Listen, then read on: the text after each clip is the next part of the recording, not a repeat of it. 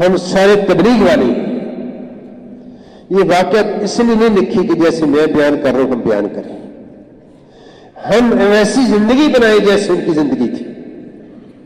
ہم سوچیں اپنے حال پر کیا ہماری مناسبت ہے ان کی زندگی کے ساتھ, کتنا خلیج ہے ہماری زندگی اور ان کی زندگی کے اندر. اور کیا شکایت ہے؟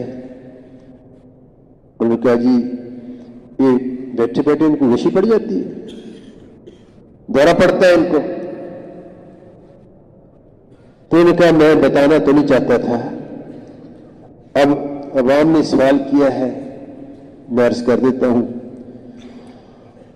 عامر سعید بن عامر رضی اللہ عنہ عرض کر لگے امیر المومنین میں مسلمان نہیں تھا.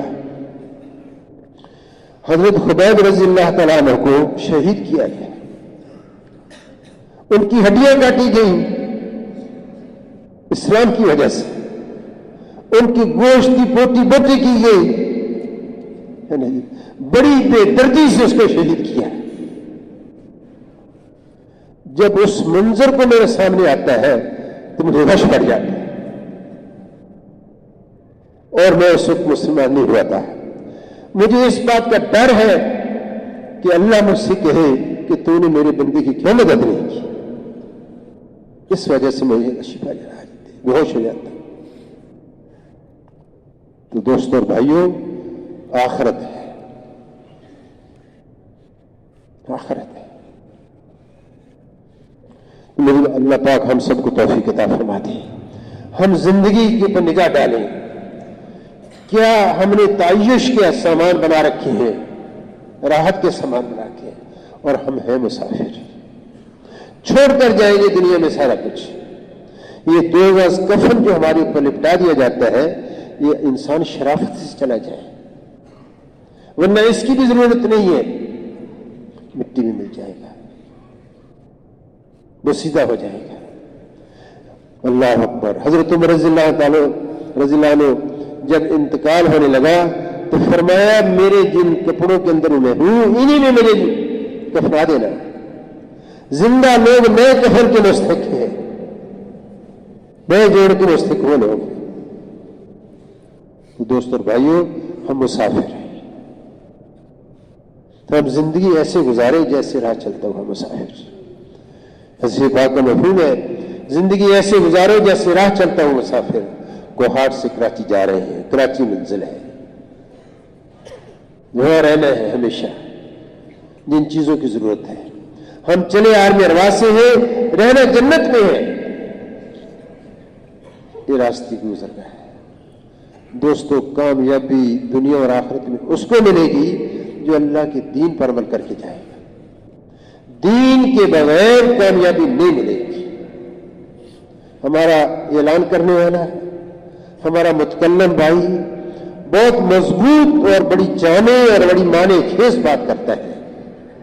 کیا کہتا ہے؟ ہم متکلم بھی بنتے ہیں, ہم مساجد میں اعلان بھی کرتے ہیں.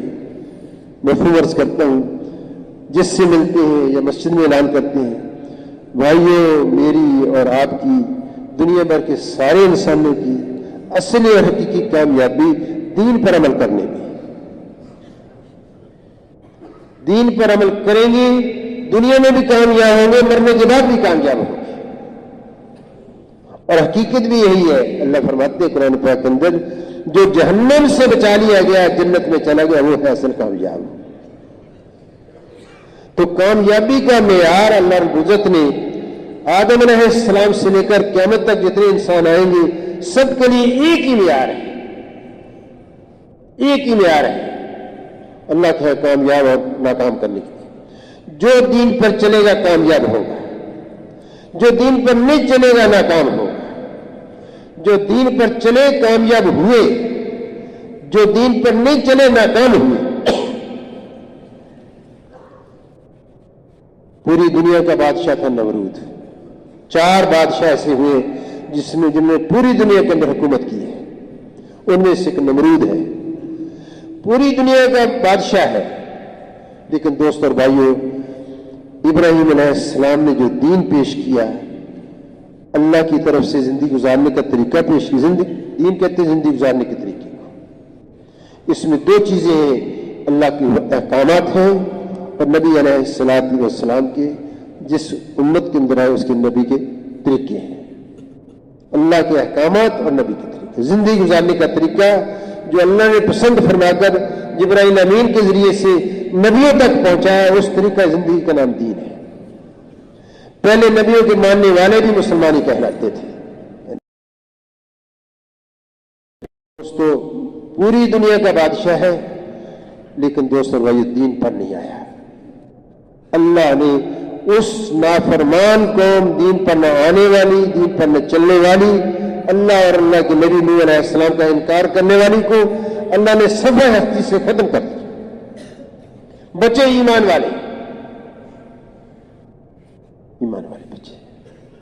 ہود علیہ السلام آئی, ان کی قوم بہت طاقتور تھی, 60 ہاتھ قد,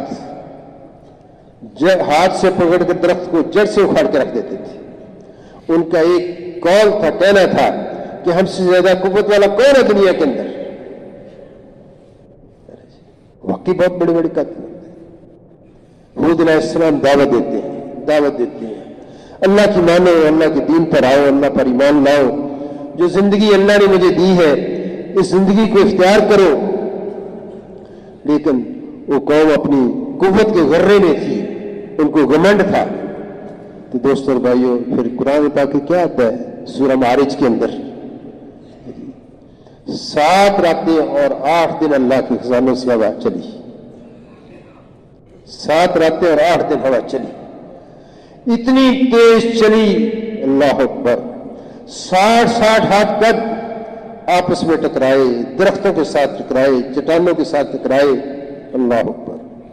سب کو اللہ نے ہلاک کر دیا. اسی ہوا نے بچایا ان کو جو ایمان والے تھے. اللہ بڑے قادر ہے میرے دوست. اللہ چاہے عزت میں سے ذلت نکال دیں, اللہ چاہے تو ذلت میں سے عزت کو نکال دیں. سب ہلاک ہوئے پڑے. اللہ فرماتے ہیں بتاؤ ان میں سے کون باقی ہے. قرآن پاک کی آیت کا ترجمہ ہے, بتاؤ ان میں سے کون باقی ہے. سب نافرمان, دین پر نہ چلنے والے دنیا کے اندر معذب ہوئے, عذاب کے اندر آئے اور ہلاک کر دیے.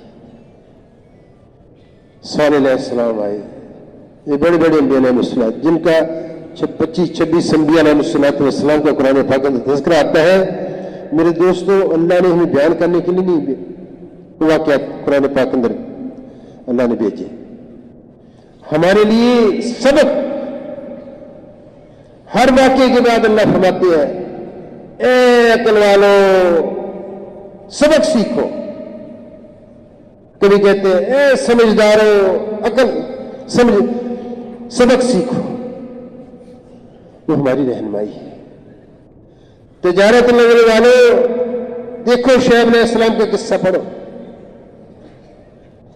اے صنعت کارو صالح علیہ السلام کا قصہ پڑھو. اے باہشات والو نمرود کا قصہ پڑھو. اے مال والو قارون کا قصہ پڑھو. اے وزارت والو حامان کا قصہ پڑھو, شداد کا قصہ پڑھو. یہ سارے واقعات قرآن پاک کے اندر میرے دوستوں اللہ نے ہماری رہنمائی کے لیے اللہ نے بیان کیے. دوستوں اور بھائیوں, میں بات کر رہا تھا دین پر چلیں گے تو کامیاب ہوں گے, دین پر نہیں چلیں گے تو ناکام ہوں گے. دین پر چل کر گئے وہ کامیاب ہوئے. مولانا محمد علی صاحب فرماتے تھے جب کسی نافرمان قوم پر اللہ کا عذاب آتا تھا تو ایمان نہ لانے والوں کو اللہ صفحہ ہتھی سے ختم کر دیتے تھے. بچتے صرف ایمان والے اور دین پر چلنے والے ہوتے تھے. زیادہ انبیاء علیہ السلام مسلمان قوموں کی طرف آئے, کم انبیاء علیہ السلام غیر مسلموں کی طرف آئے. اور اللہ نے کوئی دنیا کے اندر ایسی بستی نہیں, ایسی قوم نہیں جس کی طرف ہدایت دینے والے نبی اور رسول اللہ نے نہیں بھیجی.